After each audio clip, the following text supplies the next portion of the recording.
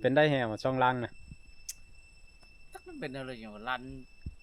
ปีนครับจนนั้นเออรุดเตะเอามาพีเลยจะเอามาเลย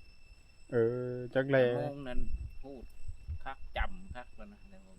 โบทัดเบิ้งเนี่ยเบิ้งจะลักษณะคือเป็นคือห้อยหมูจะเอามาเลย บ่แม่นมีคนเอาไปกินก่อนแล้วบ่โย่เพิ่นมันหึงเด้จัดไปแล้วแต้มหนึ่งทุกคนมาข้างใดนี่เจอบักแข็งแลบทุกคนโอ้โหใหญ่ขนาดเลยนี่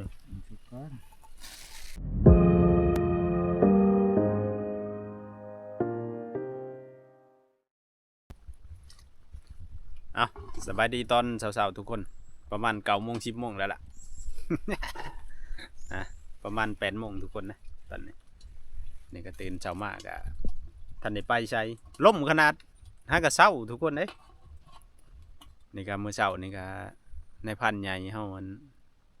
ไปเอาปลาใส่คำบ่ไปเอาดูได้ง่ายได้เพิ่นได้ไปเอาปลาจักโตในพันหลายตัวอยู่เนาะจากที่เมื่อคืนนี้พวกเฮามาแต่กันนูก็ได้อยู่นู3บาง1เนาะพอดีเป็น4เดี๋ยวมื้อนี้พันแหนนเพิ่นสิไปยามเหี่ยว จะกินข้าวสิเป็นขยะเนี่ย เป็นได้วันนี่เหี่ยวตัวน่ะ โอ้ภาพได้แน่เลยอย่างว่าอยู่ฉันจะได้หมูกินละ มันโมงมันชะวานกันมันบิดเนี่ยนี่มันหูดบ่จำใช่มันลือไว้ฉัน ถึกจะถึกเนาะ ถึกแต่บ่ได้หมู่ ถือแต่บ่ได้หมู นั่นแหละ โอ้ย หลายแนวเลย ชอบทำตื้อเลย ผิดพลาดตลอดเนาะ ผิดตลอด เอาแต่ว่าเหี่ยวยังจักดัง ยังชอง ยังซองเอาความบังอยู่ในหันแหละ ตัวที่3มาหาเห็ดจุ๊เชิง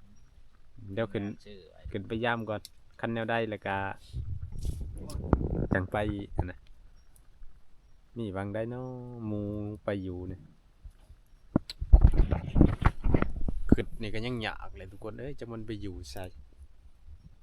ย่ำช่วงบ่เจอห้อยกับแบบจะคือมันบ่มีนี่ได้พวกหมูกับจักไปทั้งนั้นแต่ว่าหากินกะยากได้ล้มช่วงนี้มืดเส้นมันแล้วไปจักแล้วก็นี่แหละในพันเฮาจัดการเดี๋ยวนี้แกงอันนี้เพิ่นมักเพิ่นใส่เครื่องแหนมนั่นได้นี่แกงปลากังเพิ่นขึ้นมานี่ก็จะกินเท่าแกงปลากังนี่ได้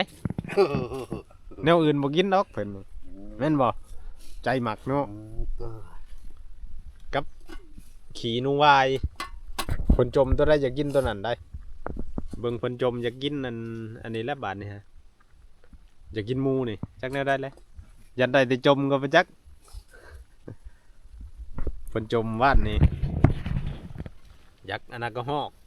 ลาบเหนียวก็ฮอกก็ได้ลาบเหนียวเลยรอบนี้รอบแรกนะว่าอยากได้นูวายเพิ่นว่าอันนั้นทั้งขี้มันแห้งคักว่าซั่นโอ้ทั้งนี้ว่ากินน้ำบ่ได้แล้วว่ะ คมเลยเด้อมันพลาดจะพลาดอะไรพลาดตรงนั้น บ่ น้อยน้อยฮะ บ่ขี้บางนะได้อยู่แต่ว่าน้ำกระลายพวกนี้ไม่ใช่แกงก่อนนะแกงเอาจนมันบกก่อนนะ นั่นน่ะบ่ กุมโพด นี่ กุมที่ แม่นบ่ก็บ่แซ่บเบิ่งในภาคเพิ่นสงสัยเพิ่นบ่มักขมอันนี้ฮะ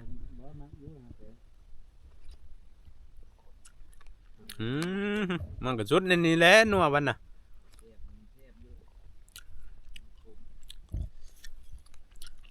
คักขนาดเป็นบางหมดเลยทั้งบางทั้งนูใส่กันกลายเป็นบางหมด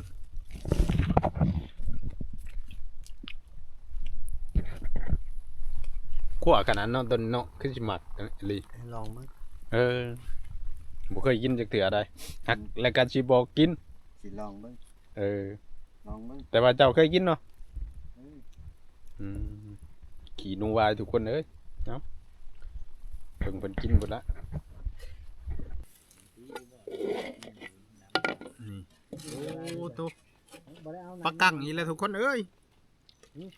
น้ำอีกนี่จำจิกินน้ำปลากังเบิกจดก่อน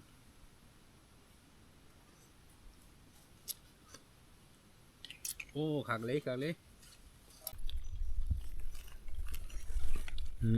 มาบางได้ตัวนี้บางกับวายหนูวาย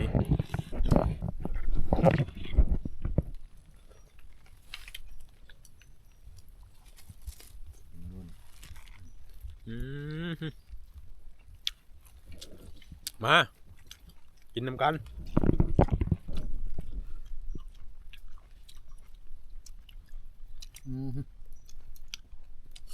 เป็นอะไรตัวน่ะแซ่บบ่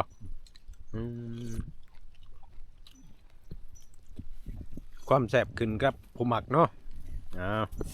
หมักไปหมักมันบ่ว่ากัน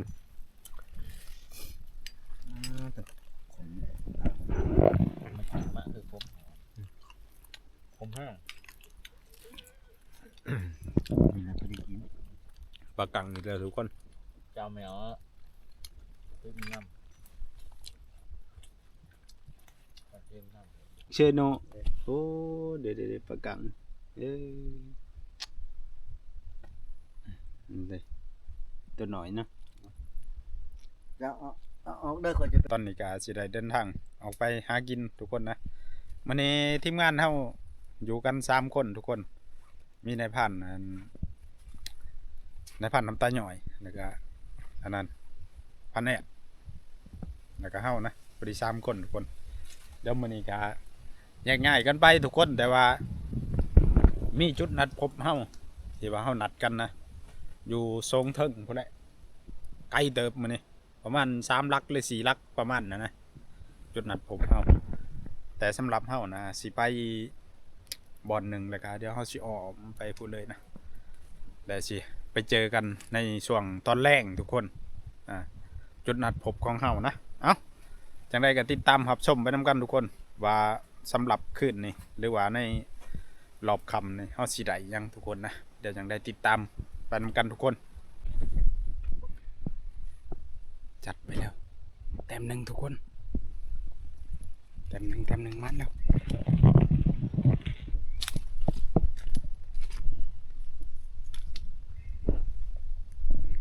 ตกบอลนี่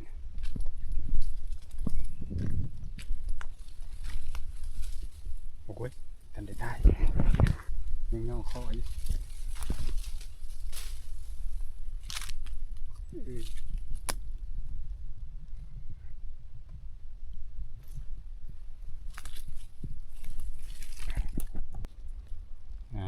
ี่จัดไปเลย1กระห้อง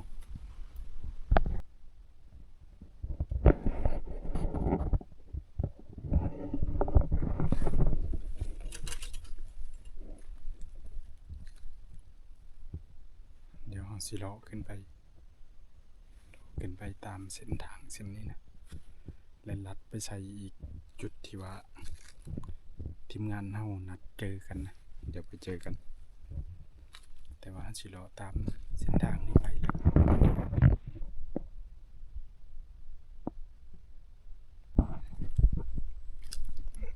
โอ้หวยแถวนี้แห้งมันเลย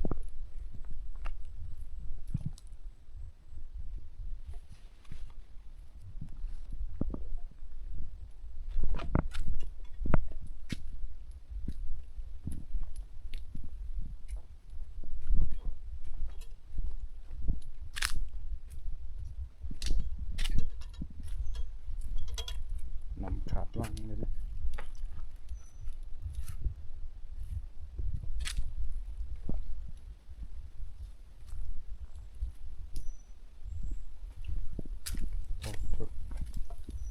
ปลาเนี่ยมันอยู่ตามอ่างตามมันนี้เลย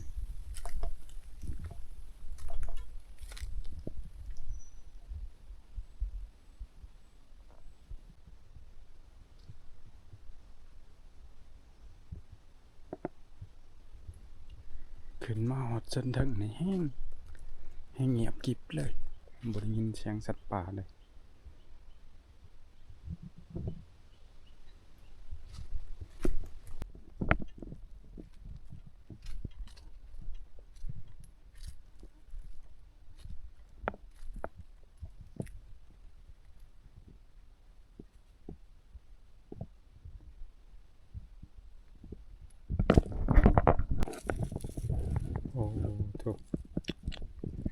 อย่าคือคนผ่านี่ ลายขนาดเลย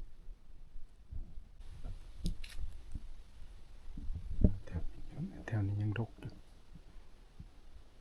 โอ้ยเขามันเห็นนั่นแหละไม่เห็นนั่นแหละว่าหลักก็ดีมาเจอกระหอกตัวหนึ่งมากระบอกแถวนี้มันยังบ่ทันกินหมด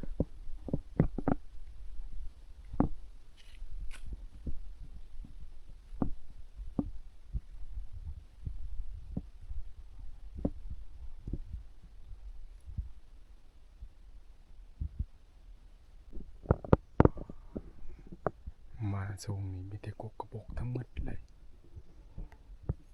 เดี๋ยวเขาไปเบิ่งจักมีมากหรือบ่นี่ก็นั่งพักผ่อนก่อนทุกคนจุดที่เฮานั่งอยู่นี่มากระบอกนี่ขนาดเลยทุกคนนะมากระบอกน้อยแต่ว่าบ่มีหยังเขากินนะแถวเถิงนี่จักนั่นแหละ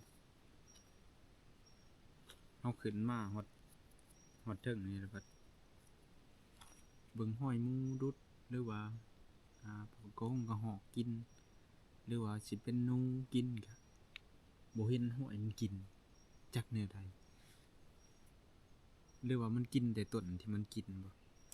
เฮาก็ยังบ่มั่นใจนะเดี๋ยวเฮาสิเลาะเบิ่งก่อนทุกคนเพราะว่าเฮาเว้ากับทีมงานว่าพวกเฮาสิมาอยู่จุดเทิงนี่เลยหาเบิ่งกกมากระบกที่ว่าพวกหนูวายมันเขากินนะทุกคนแล้วเฮาสิการเว้ากันแต่ว่ามานี่มากระบกนี่ยังลายแต่ว่าบ่มีห้อยกัดบ่มีห้อยหยังเลย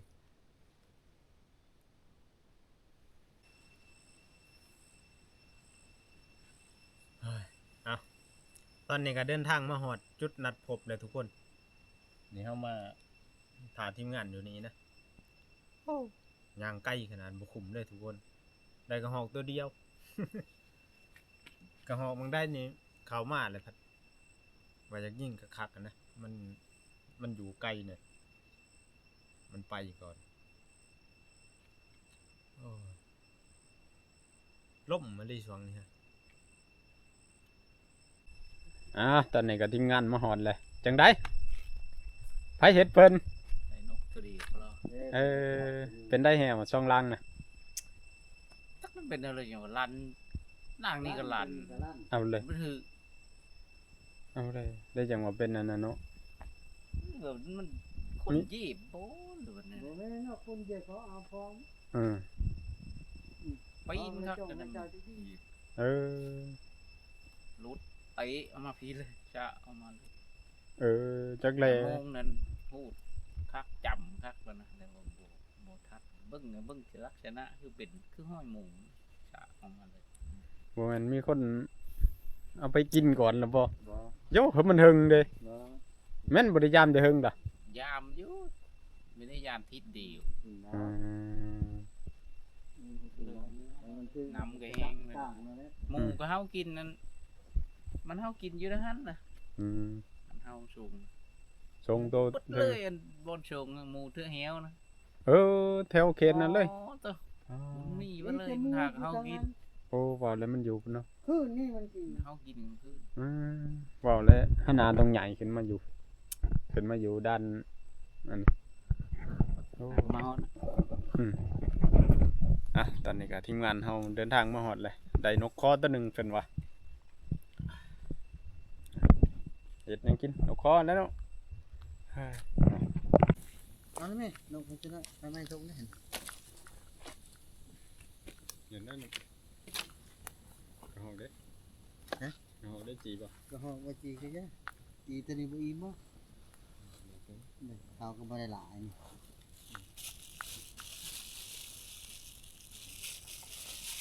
กินก็ได้ไปได้นกคอนะปิงนกคอ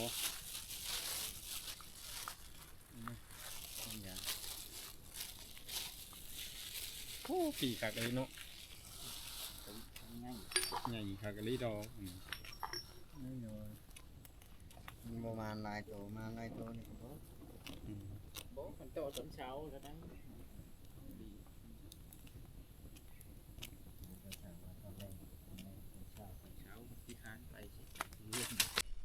เอ้าปิ้งนกอันเอือบเกลือมักพริกแล้วก็แป้งนัวโอ้ผสมผสานโลดงั้นนี่มุนนุยปุยนี่ มันชุกก่อน มันบ่สุกได้ไดสุกคักปันนี่บ่ โอ้ยจะบิดด้วยทางใน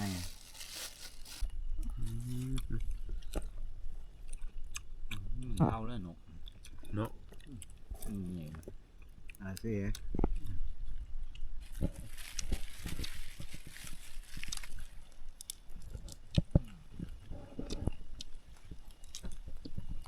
โอ้เริ่มล่มอ่ะตอนนี้ก็กินข้าวแล้วก็เดี๋ยวสิได้อันนั้นทุกคนเดี๋ยวไปหาเลาะนะไปหาเลาะโซงโกกระบกบานนะ ที่ใหญ่ อันนั้นแล้วก็เดินทางทุกคนกินข้าวแล้วกัน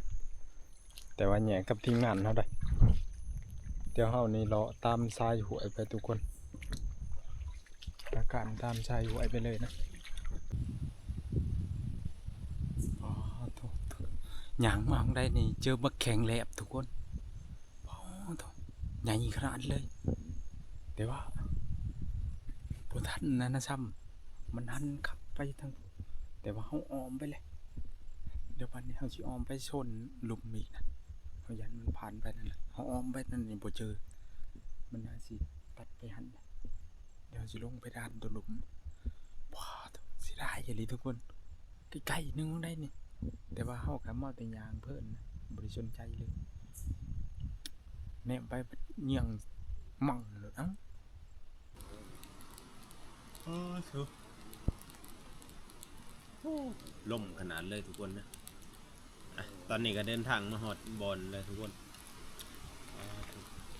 โอ้เสียดายนะวังใดนะเจอบักแข็งแหลบกับไรซ้ำ ใหญ่คักกันเลยทีมงานเท่ากับกลับมาแล้วบริปอยังคือกัน